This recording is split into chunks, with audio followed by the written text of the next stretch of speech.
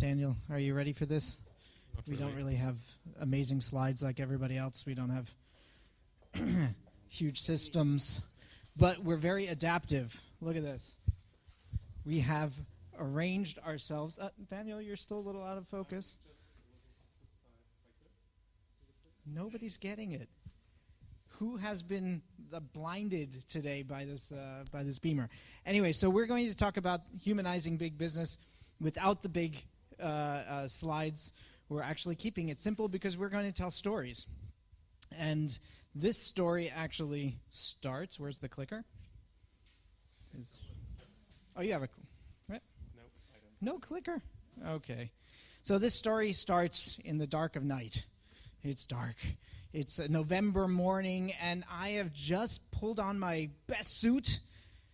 I'm a little nervous, and I'm going to drive over to SAP because I've got a big job interview.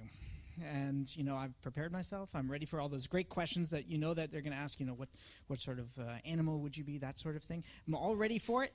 And then I get there, and the directions bring me to this strange factory.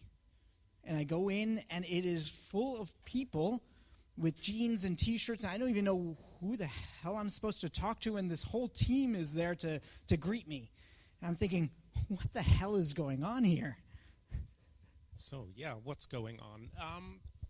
What is going on is that we're trying to bring people into our team in a way that's a little different from what you usually see in big enterprises.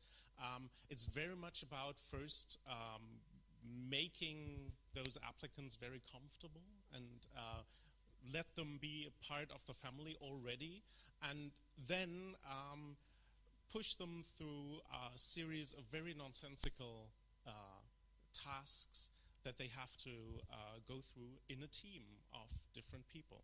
And at the same time, we have our whole team be there to observe those applicants and feel how they present themselves, how they behave in a team, how they are part of a team, how would they react under stress, stuff like that. So the idea here is to not do a simple job interview, but do an assessment, but not an assessment by a hiring manager or some HR people, but actually by our team. And the whole idea behind it is, of course, that you help the team understand who's coming to join them. You make the team part of a decision that's really impactful for themselves, but also for those applicants. And you also give the applicants the possibility to see what kind of zoo they're about to join. So it helps them also to, in some cases, just reject becoming part of that team. So the whole idea behind this approach is to form a team of a similar mindset or approach while still being on the side of a multidisciplinary team, a very multicultural team. And the whole setup is really working for us so far. We're pretty happy with that. But I think it also puts a little bit of interesting pressure on the team because you have to think very much strategically as a part of that team, because it's not just about who would I like to join the team, hey, great hair, or I like those shoes, but really this is someone who will help you be successful in the future. So you are part of that whole decision, how do we evolve the team? But was pretty challenging for me. I mean, I don't know if you guys, we went through it pretty quickly, but on the first slide, it said Team Shrink as my job title. On my business card, it doesn't say that.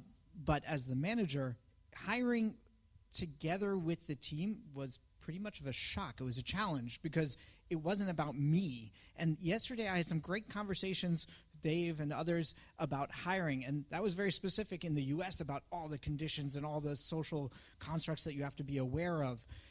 But this was really about letting go, about me as a manager not being the one in control, not being the one with the final decision, but really inviting the team to participate.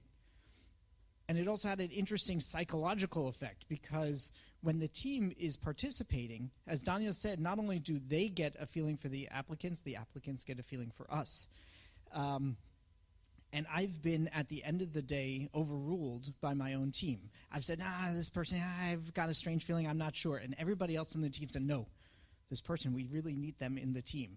And thank God they overruled me. They were completely right. And now, 5 years later, this person or these people are an integral part of our team. But it meant for me as a manager to step back and actually have people participate in something that's a classic management duty. Right? So it had less to do with me, and we as a complete team. So always a little bit of a challenge. Maybe another story. When I come in on Mondays, I usually go straight to the kitchen, get a coffee. Or three. And sit down with the rest of the team, and people start presenting those projects or those opportunities, those leads they acquired during the last week. And we as a team discuss all of those leads and opportunities we get, all those potential projects. So let's say Brony comes in with a great proposal to do a project with a great expensive car manufacturer, a big deal, but everyone says, hey, it doesn't fit to our team goals, then we reject it. Whereas, say, Katrin comes in with a great idea of supporting some creative space setup with a Japanese electronics manufacturer, we say, hey, that is exactly what we as a team need to do to get to the next level. And then we start digging deeper into that. And Katrin will set up a request for help. And people have the opportunity to raise their hand and say, hey, I've got the time, I've got the skills, and I've got the interest to join that project, which really gives people in the team a lot of opportunities to develop themselves and also put their full self, their full interest into those projects, which in the long run is what you want from someone working for you on a project, right? So how do we do that? It really comes back to people over process. I know this is overused sometimes, but it is true. How we do it, it's really about something very simple. Like Daniel said, it's about getting everybody's interest in a project. So we get many, many customer requests. And how is this normally done in a company? Through a capacity manager, right? Or a manager who has a beautiful Gantt chart that says, this is my team, and these are their skills, and this is when they're booked. We don't do any of that. What we do is, you'll laugh at this one, but it's an Outlook calendar. Do we have the Google? Sorry, Outlook calendar. We all use Outlook. So it's an Outlook calendar where we send out a meeting request to the entire team from the start and end date where we think the project is going to take place. In the message body, it says, who is it for? What sort of language? What's the challenge? What sort of skills are needed? And it goes out to the entire team. And we've have some Spielregeln, rules of the game that within 2 days people can react with the normal Outlook calendar request, right? The meeting request. Accept, reject, or tentative. Accept means I've got the time, I've got the skills, and I've got the interest. Reject, one of those things is not true, or tentative is a question. Like, hey, I'd really love that project, but I've got 1 week vacation in between, or it's Germany. I've got 3 weeks vacation in between. Does that work? And through this process, we gain transparency, we gain interest, and self-forming teams. And we've been running this for about 5 years now. We've done over 700 projects that have been staffed in this way. And it comes with a consequence. It comes from a consequence for me as a manager. I have got no clue what the team is doing. Somebody asked me, who's working on what? I'm like, oh, let me check the Outlook calendar. It's not that I have the master control switch over the entire team. In fact, the exact opposite. That power is in the hands of the team. The team decides which projects we take. They self-define what those project teams will be. But it comes with a responsibility. And that responsibility is also that the project teams have to report their progress. They have to raise their hands if they have issues. But me as a manager, I don't know exactly what is coming out of that. But it's a great opportunity for you as a team member, because it also makes it possible for you to stretch yourself a little bit. You could say, hey, I'm interested, and maybe I don't yet have all the skills for that project, but I know that there is someone else on the project that I want to learn from, and so I'm committing myself to being the junior partner on that project, but I can learn how to be more, say, of a project manager, or to gain more insights into video production or stuff like that. So the possibility for the team members is not only to follow their interests, but also to develop themselves. And of course, you get to choose a little bit how you want to navigate your own life. So say you just got a baby, then maybe you don't want to travel all the time, or you just broke up, so maybe you want to travel a lot. And so there are a lot of nice perks in that, and not only for the team, but also for the project customers and clients, because they get the best team possible, not those guys that just happen to have a little time on their hands. And I have to say, for me as a manager, it's a big sigh of relief. I don't feel like I need to manage everybody every time, every moment. I need to know what they're doing, what they're capable of, what all those intrinsic skills are. It's all done for me. It's beautiful. So I had a challenge. Well, we started this team about 5 years ago, and it took a lot of energy, a lot of passion, a lot of time, and I realized that came at a cost for my own health and my own sanity, and I needed to get back to a little bit something more regular working hours. So last year, I stood in front of the team at the beginning of the year when we were all kind of defining our team goals for the year, and I said, guys, this is one of my goals, one of my personal goals. I want to get back to a regular working hour. And therefore, I'll be, trying to step back. At the end of the year, when we had a retrospective, very open discussion in the team told me, Toby, you just weren't really there for us as much as you used to be. We missed you. It's nice. Kind of swallowed. I said, well, sorry. Didn't mean that to be the case. But where did you miss me? What were the situations? What happened that you concretely noticed that you would have liked to have me there, and for what? And we started writing this down as a team, and what came out of it was that the list of more or less a job description of what the team expected of me, of a manager. So I stood in front of the team and I said, guys, I can't do this alone. I need help. And you guys just described what you need. Now, in the team, we're around 36 people at that point. So who would you trust in the team to be able to do these things for you? This list that we created. And it was a discussion in the team. We did it asynchronously, not in one big group. But out of the team of 36, 4 names emerged as natural leaders that the team had seen as people that they would trust to be able to mentor and coach and evolve the team as a whole. Yeah, and the interesting part about it is that obviously those names emerged really naturally.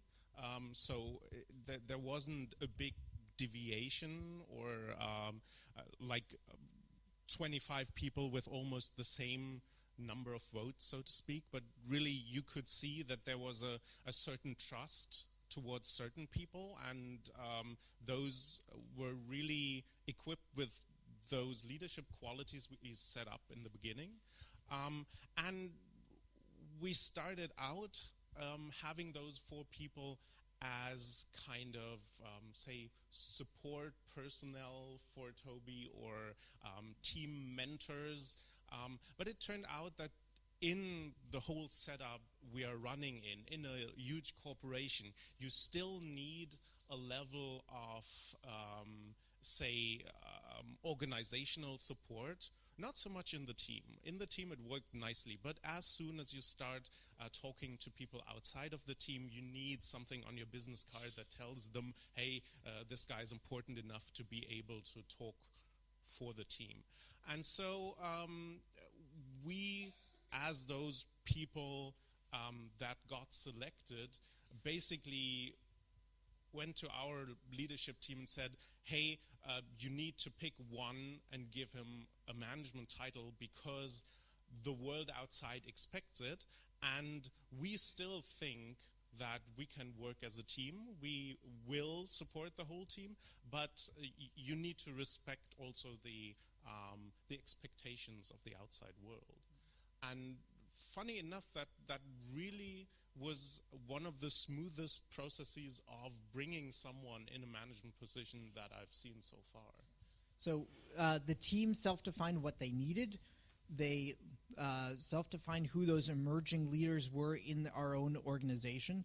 And the 4 people were all respected as natural leaders, and not just the one that ended up getting the title as manager, which was, as Daniel said, is helpful for the outside world, but actually internally all of them are seen as leaders carrying topics, bringing other people from the team and bringing the entire team forward. So this emerging leadership over the title of managing or manager is incredibly important. Now, one of the things that you notice, which we didn't put big on the slides, was SAP and titles. We started right with stories because I think that's the best way that we can get this message across. But we learned a lot on the way. These are some of the interesting stories. We have many more if we have more time, and some alcohol for later. But the learnings along the way have a lot to do with the fact that SAP is a huge global company. Around 90,000 employees globally at this point, and we run a design team in Heidelberg, very close to the center headquarters in Walldorf. But the way that we've decided to run the team is really the secret to our success. Less or more so than actually what we're doing, it's how we're doing that. But we've learned a lot along the way. We talked a little bit about the staffing process. What we ended up actually doing with the staffing process was we also created a tool around the staffing process. And that was also interesting. We just hacked something together with the help of some great students, and hey, SAP is full of developers, so we have the talent to do that. That automatically looks at all the running projects in this Outlook calendar, sees here are the project people, sends them an email at the end of the week and says, hey, can you please hit reply and give us a status report? That automatically brings all that status report and sends out more or less a newsletter, if you will, to the entire team. So all of a sudden, we have an automatic way of doing status and update and transparency.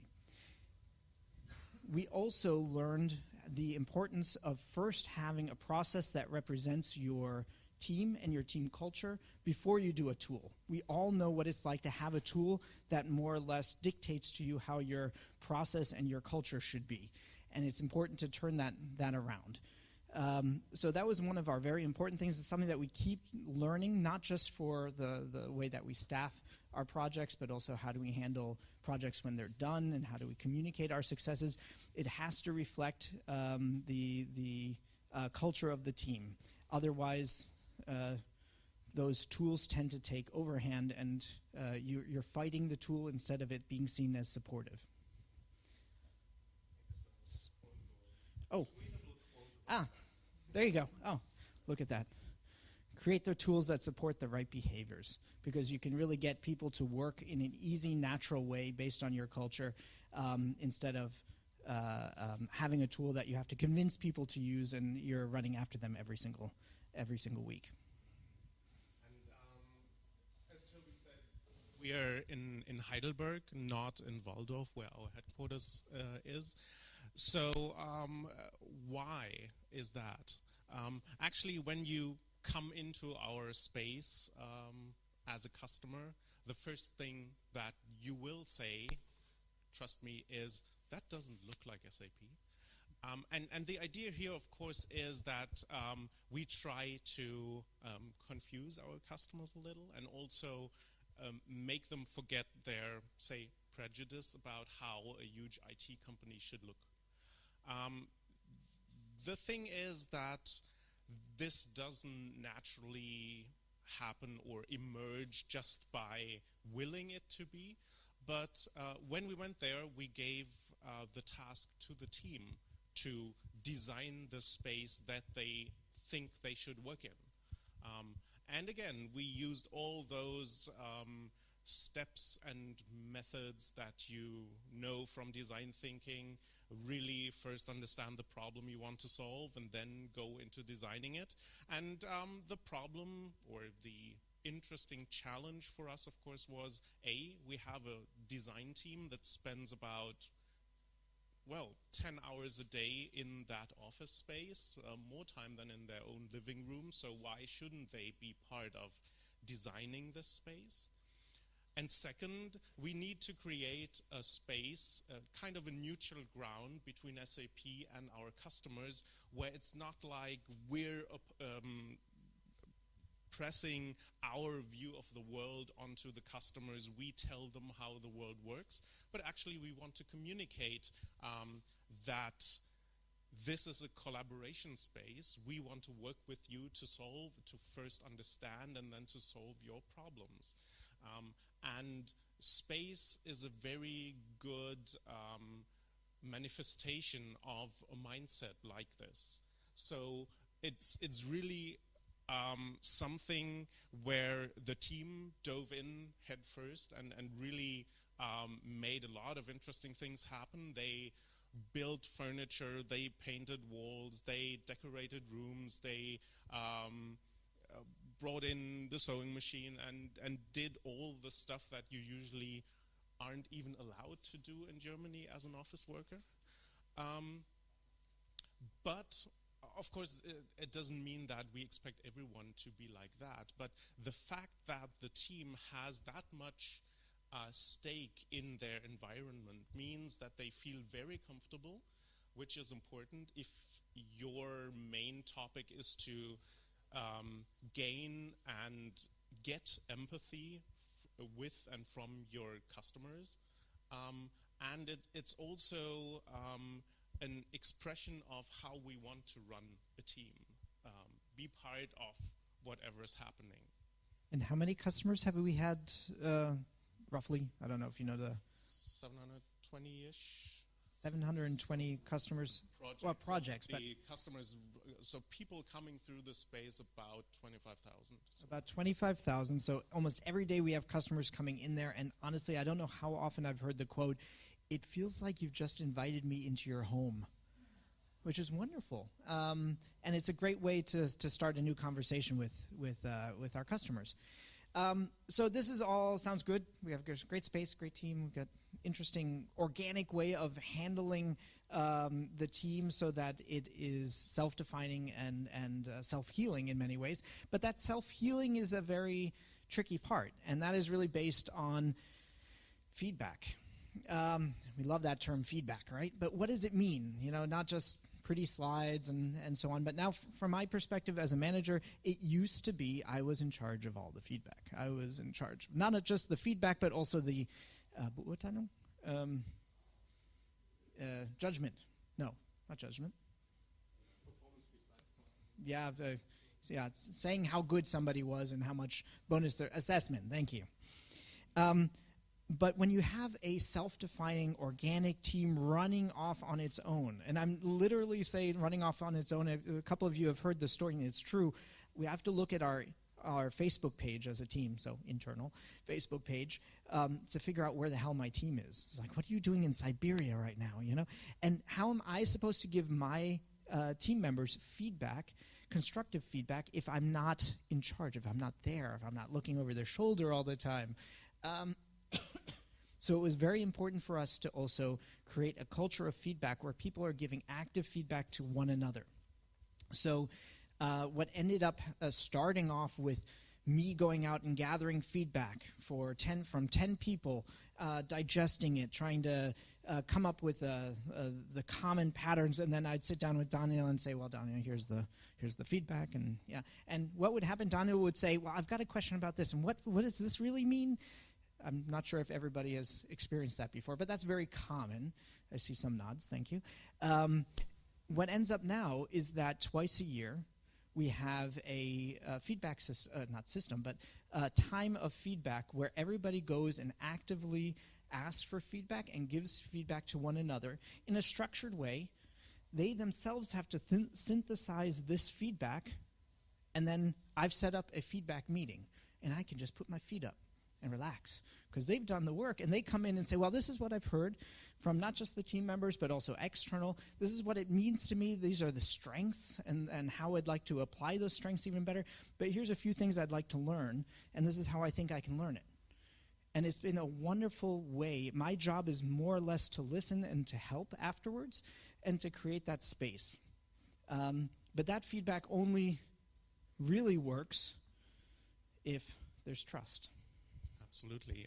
The whole idea behind that kind of feedback is to improve yourselves. It's not about getting a bigger bonus or something like that. I mean, we're pretty lucky in a way that we get a decent amount of money. Watch what you can say always now. get more, but it's not very much tied to performance bonuses, which is a good thing because it supports a team culture instead of a cult of personality. And this whole thing helps you as a team to form these kind of trusting relationships where you are able to give feedback on a very personal level, sometimes about, hey, I really didn't like the way you treated me in that meeting. Or sometimes, hey, maybe you should look a little bit into your visual design skills because I see a lot of improvement potential, or what have you. So that's usually the feedback to management. The whole point of it is that, of course, this goes both ways. So you need a certain trust of your management team, your leadership team, in your capabilities, in your willingness to perform, also in your ability to judge your timing, to judge your skills, to just do the right things. And on the other hand, it implies a trust of the team towards management or leadership in a way where you trust into them having your back, which is really important to work in this kind of ambiguous situation. And finally, of course, as I already said, you have this trust between team members, which is really important in those situations where you have to rely blindly on other people to do stuff for you. So, a lot of talk, but why do we even bother? I mean, we could just stick to all the processes and methods and things that the company provides for us and that are easy and simple to do and don't require a lot of brain power or trust. Well, actually, we've heard that several times before. The world is changing. You have a lot more complexity in the tasks that people expect from you. You have a lot more ambiguity about what is the right solution to any one problem. And the fact that we cannot easily rely on proven processes, because processes usually cement only past experiences, and if the world is ambiguous and new and complex, then most probably the upcoming problems will be different from the past problems. So fixed processes don't help you. You need to create a team and an environment that gives a certain protection to those team members, that gives you a lot of flexibility, that gives you a lot of agility, and all the opportunities to really bring in all aspects of those team members. Everyone should be very much motivated, very much engaged in what you're doing. And this engagement, we feel, is most easily gained by trusting people and by providing them a setup that shows them that they are trusted.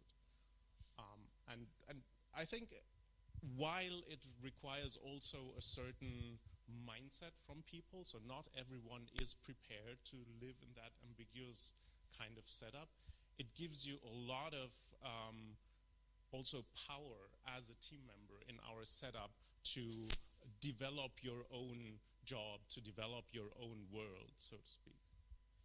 So also picking up on this, that the efficiency-driven world that we live in is reaching its natural law of diminishing returns.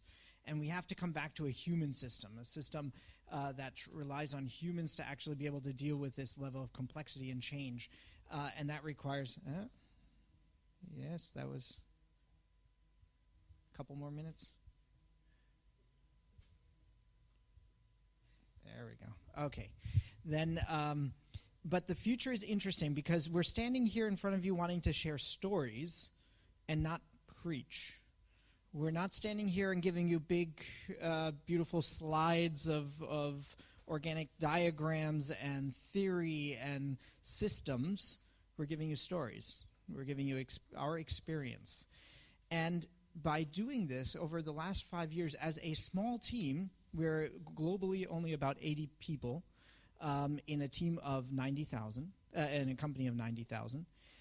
We have now, over the last couple of years, in not just what we've done and the success we've had as a team, but also how we do it, we're starting to get a lot of recognition, first of all, within SAP, where top management is coming to us and asking us, even their sales organization, how do you do that? Can you teach us and our leadership how to react? Because we see that the way that you're doing it has a future. We're being asked by our own HR, can you help us create a new leadership path? We're getting asked by our CEO, who looks for top MBA students every year to grab into the organization for future leaders. Can you help us hire in the way that you guys hire? We were written up in both from Stanford, but also from an internal story within SAP. And in that was a little blurb like, hey guys, this is just our story, our little story. If you guys are interested in this as well, please come by on Friday and we'll have breakfast together and just exchange. All of a sudden there were 70 people there from across the entire organizations, from SVPs down to literally gardeners. Everybody talking about their experience, positive or negative, as a manager, as a worker, about how they need to work differently. And so we're starting to learn together of how this can be done. And at the same time, our job has changed a little. When we started out, we were a design team expected to do design projects with customers and for customers to solve their usability challenges. And by now, about half of the projects we're actually doing are changing their organizations, helping them to bring in design capabilities into their IT organizations or sometimes their whole organizations, helping them create creative spaces to co-create with their customers. So this took us a little bit by surprise, but it's a fun ride so far, because this is exactly what our team can do, just adapt from day to day to new challenges and to new opportunities, and that's a really cool thing to have. So we really think that we need to humanize the big business. That's where millions of people work in, and it's really, as the saying goes, be the change you want to see in the world. It starts small. None of this whole story that we've been telling you is not a plan. This is not a theory that we've done. We do it. And everybody in this room and everybody within SAP, everybody in other big companies can start small, even individuals. You don't need to be a manager. It's about how do you give feedback? How do you accept feedback? How do you ask for feedback? Be a good example, and it will have a ripple effect. And one of the things that we've also started about 5 years ago was a community of dialogue between big businesses, meaning big businesses who are trying to learn from each other about how design thinking, leadership can really make a change in their organizations. It's called Design at Business, and at this point we have about 220 of the world's biggest companies in 3 different regions, in Europe, in the US, and India. And we meet quarterly, hosted by always at location at one big company. So if you are a big company, or if you're working in a big company, please feel free to reach out, because this is a really honest discussion. It's no marketing. It's really about how can we learn from each other with stories like we tried to share with you today. Thank you.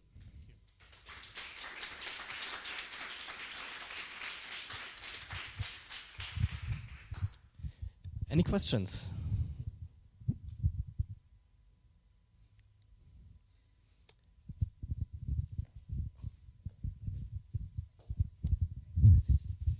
Hello, thank you very much. How does the interface between your team and the rest of the enormous organization, which is SAP, work? Very well, thank you. So this one, okay, now it's better. It's really interesting because if you stay humble, it works well. We were a board-sponsored initiative 5 years ago with nothing.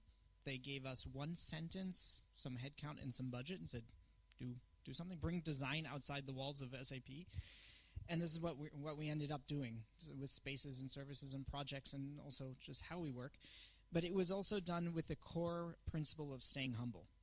We are primarily designers and program managers, so customer-facing program managers. But that alone won't solve all these interesting challenges at our customer's site. So we have to interact with the rest of SAP. And I'm forgetting who I spoke to. Somebody actually knew the book Orbiting the Sticky Hairball. Does anybody know that? Anyways, it's this very small book with the thesis is even smaller, but it's really worthwhile. And it's about the sticky hairball being the corporate culture, and an orbit, a stable orbit, meaning you are not so close and being pulled into that corporate culture that you can't do anything new, nor do you have such velocity that you fly out and are no longer relevant. But a stable orbit is one that balances those two forces. And we've managed that from the space, but also how we react as a team. We have open fellowships where people from all across SAP come in and work with us on projects. We bring them out to customers. Customers get all that benefit. And we also, through those fellowships, get people to understand how and why we work the way we do. So it's a collaboration. It's not always easy. We stumble, we fall, we have black and blue spots all over. But it's worked pretty well by trying to stay humble. One additional quick question.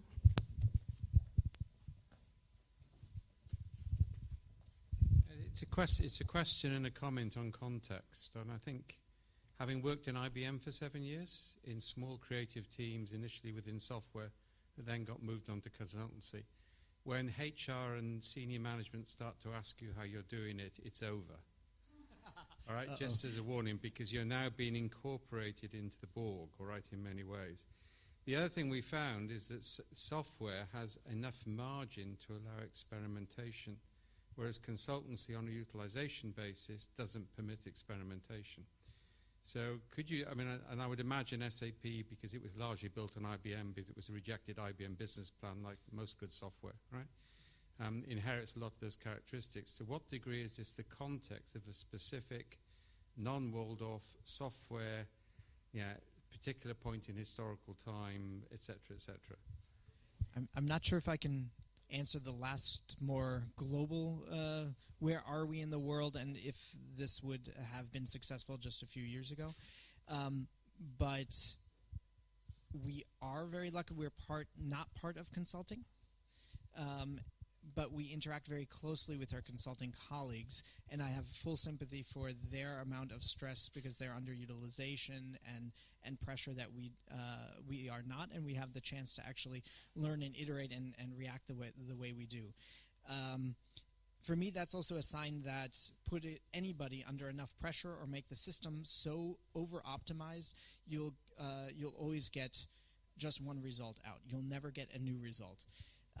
And I know a lot of our consulting colleagues are taking our approach of how to stop and listen and think holistically about a customer situation to heart.